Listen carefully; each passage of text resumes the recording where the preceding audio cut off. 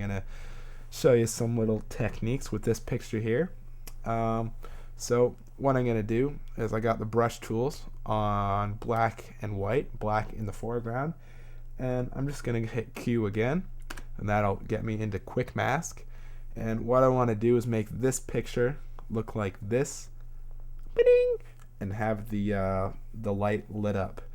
Now where the light is lit up, you can see everything else in the picture being influenced from the direction that light is coming from. So that's what I'm going to show you how to do with the quick mask. So I hit Q for quick mask, and now I'm given a brush here, and wherever I paint you're going to get that red again. Yay! And so what I'm going to do is I'm going to just pretend that this red is any kind of light coming from the light bulb, and I'm going to work in a low opacity here, and I'm just going to paint exactly where that light would be hitting.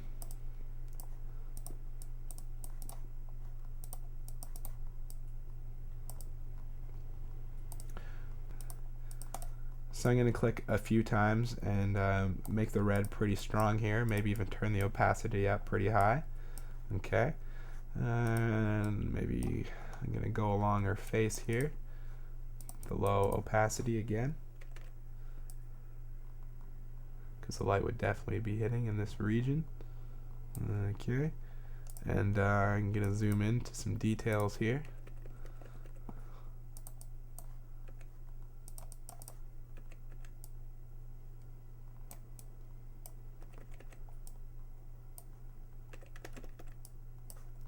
Use a little bit of a harder edge.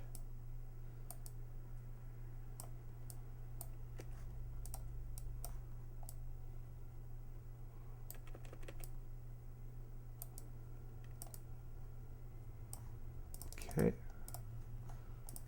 Zoom in close here.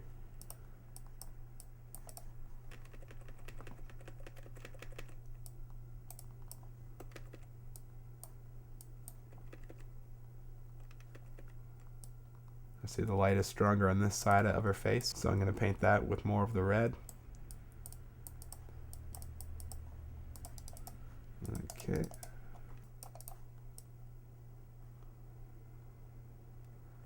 Down in here. And just to pretend, just so I can rescue some detail, I'm going to put a little bit of the light here on this door.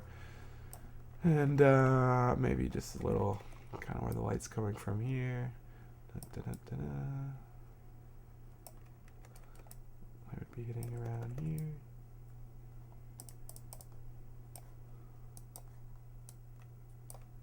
Okay, and if you screw up, I'm painting now with the black brush. You can switch to white, and then it'll undo what you painted. See? So I was just a little bit rough on the edges around here, so I can go back and undo that.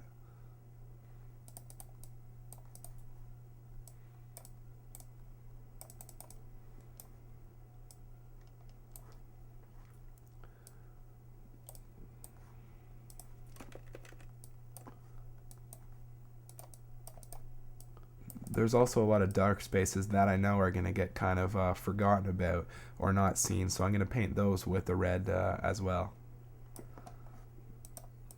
And you'll see why later.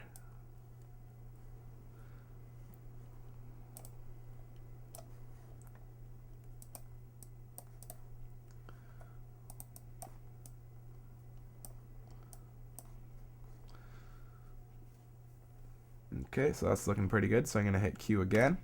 Okay, now you'll see the reverse of everything that I painted is now selected. So now when I do levels or curves adjustment or anything, basically, those are the only areas that are going to get affected. So now when I make things darker, it appears that the light source is actually the light bulb itself.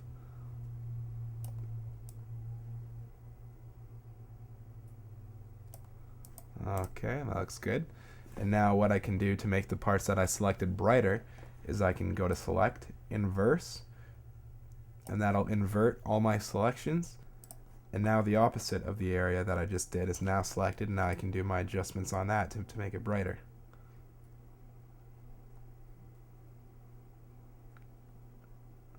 There we go. Cool.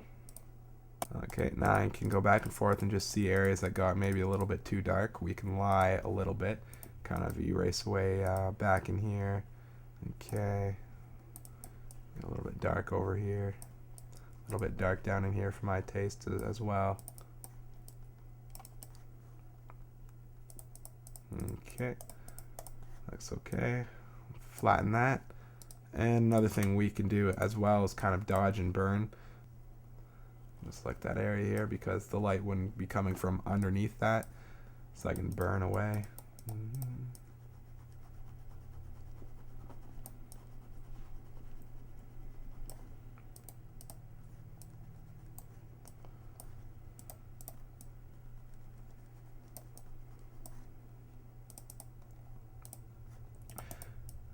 And of course, you erase away the rough edges. And again, you could use what I just taught you, the layer mask, for this as well. They're both just tools for getting the same thing done. Okay, see that? Okay, flatten that. And this is also good for getting in close and doing kind of cool stuff with the eyes. I'll show you here just by pressing Q.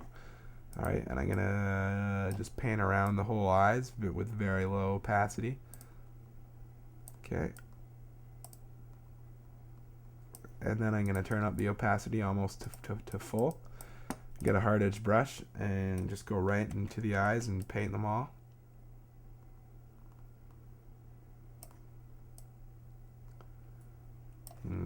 Okay.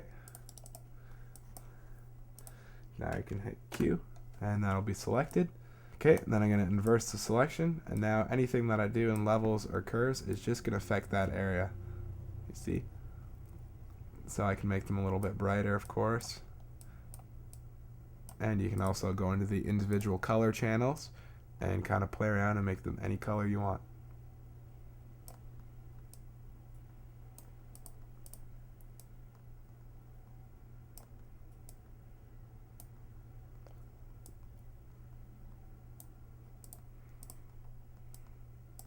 Okay.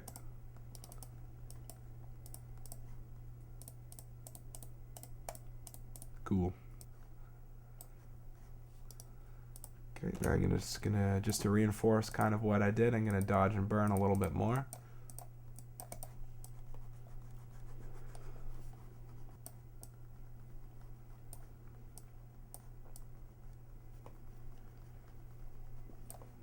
Okay.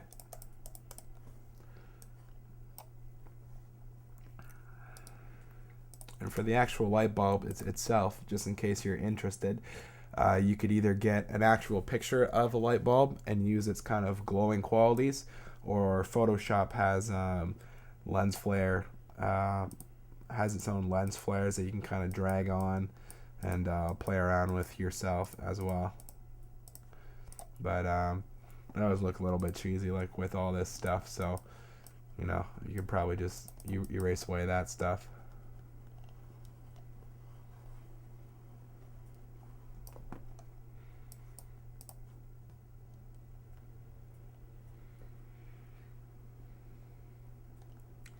I'm just going to turn down the opacity a little bit. I prefer just to use the glow from an actual light bulb from a different picture, but this will do. And if you want to make the colors of the actual light bulb yellow to match the glow on her face and stuff, you can go to color balance here, and you can shift everything more yellow and red, and that'll make it look orangey. Okay, and in a nutshell, that's how I did it.